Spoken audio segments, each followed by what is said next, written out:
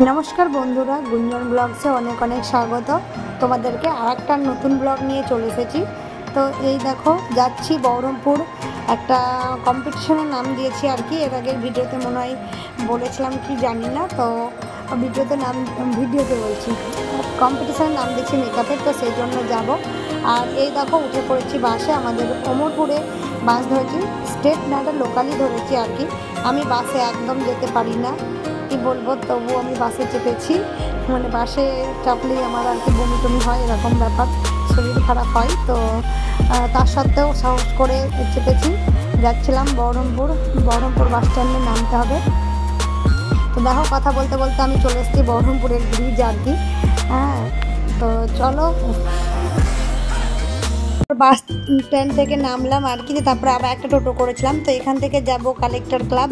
তো এখান থেকে মানে বাস স্ট্যান্ড থেকে কালেক্টর ক্লাব যেতে মাত্র 5 মিনিট লাগবে মনে হয়। তো সেখানে আমাদের ভাড়া চাইছে 20 টাকা, তো আমরা দিইনি, বলেছি 10 টাকা হলে যাবো, নলে যাব না।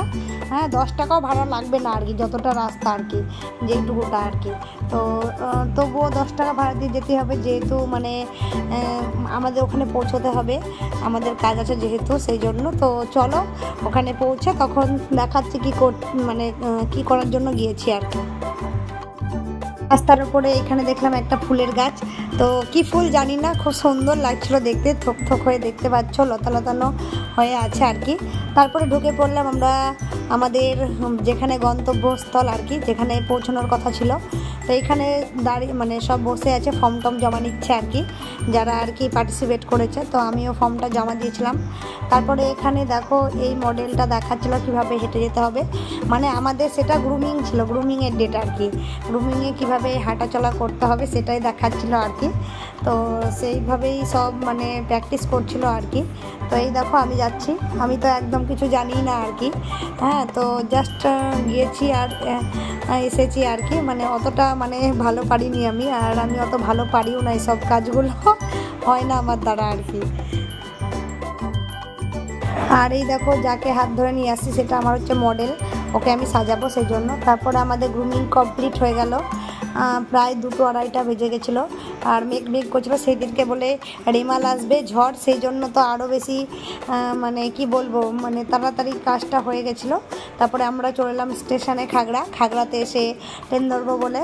তো তারপরে আমি বললাম আমার বোনকে দুটো ভিডিও বানিয়ে দে, তারপরে একটু ভিডিও বানিয়ে নিয়েছিলাম। তারপর ট্রেনের অপেক্ষার জন্য বসেছিলাম।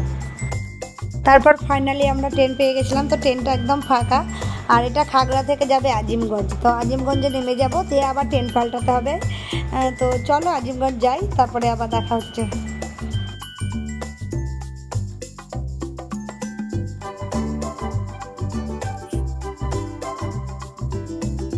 তারপর ট্রেনে আস্তে আস্তে দেখবে জানালার ধারে বসে বেশ ভালো লাগে বাইরের দৃশ্যটা দেখতে আর কি। তো আমিও সেইভাবেই বসেছিলাম আর বাইরের প্রকৃতিটা অনুভব করছিলাম, খুব সুন্দর লাগে ট্রেনের মধ্যে, ট্রেনে করে সাফার করতে আর কি।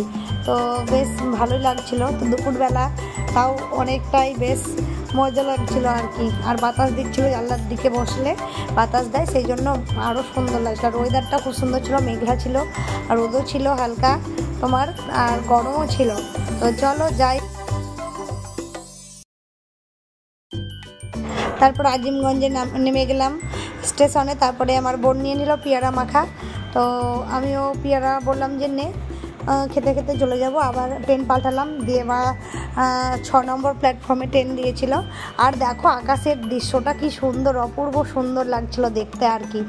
হ্যাঁ, তো আর চলো এবার আর দেখলে হবে না আকাশ, এবার যেতে হবে ট্রেনে। তো চলো ট্রেনে উঠে পড়ি আমরা।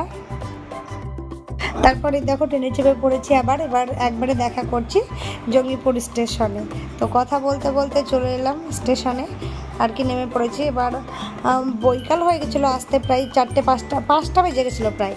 তো বললাম যে একটু চা খেয়ে নিই, আমার একটু আবার চা খাওয়ার নেশা আছে, একটু খাই মোটামুটি। আমার বোনও খাই, ও এখন খাবে না। তো ভিডিওটা আর বড় করছি না, কেমন লাগলো অবশ্যই একটা লাইক করে দিবে, কমেন্ট করবা আর শেয়ার করবা, সাবস্ক্রাইব করতে ভুলো না। দেখা হবে নেক্সট কোনো ভিডিওর সঙ্গে। আর ফেসবুক থেকে হলে অবশ্যই ফলো করে দিও পেজটাকে।